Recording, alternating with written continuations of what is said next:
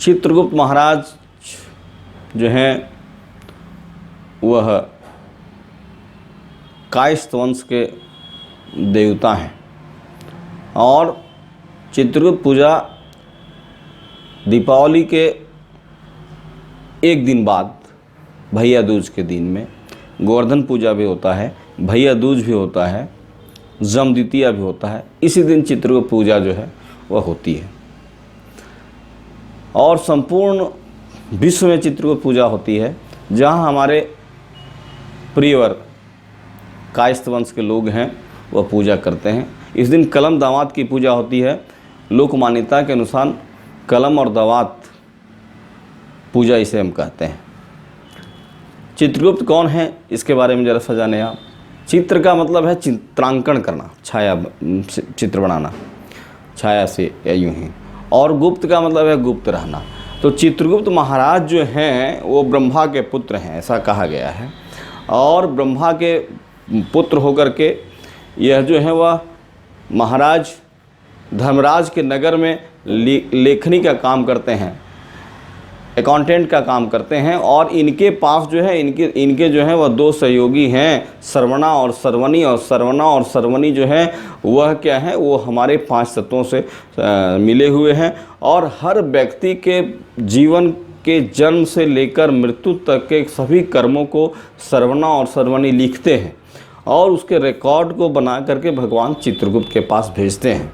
और चित्रगुप्त उसके जीवन के रिकॉर्ड को भगवान धर्मराज को देते हैं। और धर्मराज के यहाँ जा कर के वह रिकॉर्ड जो है अगर पापी व्यक्ति का होता है तो जमराज के पास चला जाता है, और पुण्यात्मा व्यक्ति का होता है तो धर्मराज के पास चला जाता है। चित्रगुप्त को अगर जानने की हो तो आप गरुड़ पुराण पढ़ें। गरुड़ पुराण में चित्रगुप्त महाराज की बड़ी अच्छी चर्चा की गई है। वही चित्रगुप्त महाराज हैं जो गुप्त रूप से आपके संपूर्ण जीवन का चित्र खींच करके रखते हैं, और जब मृत्यु हो जाती है तो भगवान के दरबार में आपके कार्यों को, आपके कामों को, लेखा जोखा को प्रस्तुत करते हैं। यह है चित्रगुप्त महाराज। और चित्रगुप्त महाराज की पूजा जो है वह भैया दूज के दिन होती है। इस दिन जो है वह क्या करते हैं, एक बहुत आवश्यक रूप से होता है कि हमारे कायस्थ वंश में गुड़ को घोल करके, और एक गन्ना का रस कहा जाए उसे, गन्ना का रस में अदरक का रस मिलाया जाता है। और गन्ना के रस में या गुड़ के रस में, शरबत में अदरक का रस मिला करके भगवान को, चित्रगुप्त को यही इसका उनका मुख्य प्रसाद है। बाकी आप जितने भी प्रसाद चढ़ा सकते हैं वो ज़रूरी है, लेकिन ये चढ़ाना चाहिए और ये चढ़ा करके भगवान को प्रसन्न किया जाता है। इसके अलावा जो है, जैसा मैं बार बार कहता हूँ अनेक वीडियोज़ में आपसे, कि 5 प्रकार से रोड़ी, चंदन, अबीर, गुलाल, धूप, दीप, ये 5 चीज़ें होती है। 5 से पूजा करें। पंचोपचार पूजन है, आप 10उपचार पूजन भी कर सकते हैं, 10 तरह के उपचार से कर सकते हैं, 16उपचार 16 उपचार से कर सकते हैं। ऐसे आप पूजा भगवान की करते हैं। तो पूजा करने के दरमियान पंचोपचार ही पूजा करें, आप कहीं भी हों, देश में विदेश में हों, लेकिन ये 2 चीज़ संभवतः हो तो ज़रूर बना लें और चित्रगुप्त महाराज को भोग लगाएं। इसके अलावा एक और कार्य होता है। जितने भी हमारे कायस्थ वंश के लोग हैं, सभी लोग जो हैं एक सादे कागज़ पर लिखते हैं, अपने जो है योजना बनाते हैं। पिछले साल का डाटा लिखते हैं कि पिछले साल में ये डाटा है, और अगले साल का एक डाटा देते हैं कि अगले साल एक योजना बनाते हैं कि मैं इतना कमाऊंगा। यह जो योजना है हमारे यहाँ जो कानून में सम्मिलित किया गया है, चित्रगुप्त की इसी पूजा से सम्मिलित किया गया है योजना को हमारे संविधान में, कि अगले साल का डाटा मेरा ये होगा, अगले साल की कमाई की स्थिति मेरी ये होगी। तो हर चित्रगुप्त वंश के जो कायस्थ मित्र हमारे हैं, भाई हैं, बंधु हैं, वो सभी योजना लिखते हैं कि मैं इतना अपने जीवन में अगले साल कमाने का लक्ष्य रखता हूँ। और उस पर लिखते हैं ओम चित्रगुप्ताय नमः, ऊपर में ओम धर्मराजाय नमः, उसके बाद गणेश जी का नाम दे ओम गणेशाय नमः, फिर जो उनके इष्ट मित्र होते हैं उनका नाम लिखते हैं। और चित्रगुप्त के पूजन में कायस्थ वंश की जो आराध्या देवी होती है, कुल देवी होती है, वह संभवतः सभी जगहों की दुर्गा जी होती हैं। तो दुर्गा जी की भी पूजन किया जाता है। पूजन के क्रम में आप जो है पंचदेवता का भी पूजन कर लें, गणेश का पूजन कर लें, दुर्गा जी का पूजन कर लें, शिव का पूजन कर लें, विष्णु का पूजन कर लें, नवग्रह का पूजन कर लें और चित्रगुप्त का पूजा करें। इसके साथ ही चित्रगुप्त की पूजा के साथ कलम की पूजा होती है, कलम में काली जी की पूजा होती है।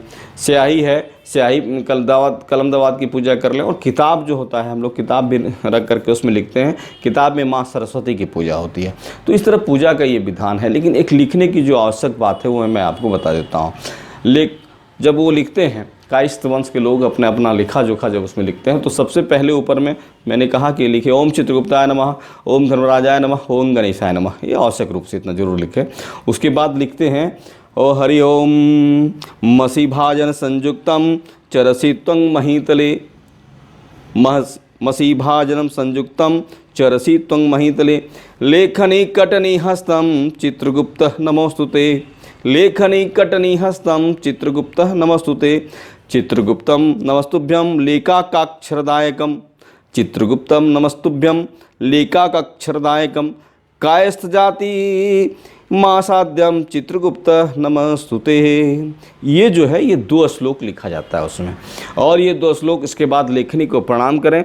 प्रणाम करते हुए ओम कृष्णानने द्विजिह्वे च चित्रगुप्त करस्ते, लेखनी जो है चित्रगुप्त महाराज के हाथ में है।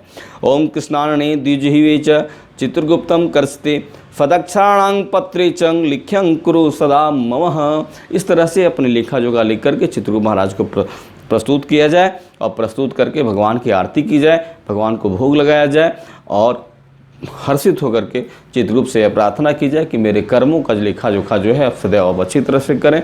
और चित्रगुप्त की यह पूजा मैं कहता हूँ कि केवल कायस्थ वंश के लिए नहीं है, जितने जीव जन्म लेते हैं पृथ्वी पर मनुष्य सबों के लिए है। चूँकि उस चित्रगुप्त महाराज सबों के कार्यों को का लेखा जोखा भगवान धर्मराज को देते हैं, तो सबों को चाहिए कि इस दिन चित्रगुप्त की पूजा करें और चित्रगुप्त महाराज को प्रसन्न करें और धर्मराज को प्रसन्न करें और सुख की प्राप्ति करें।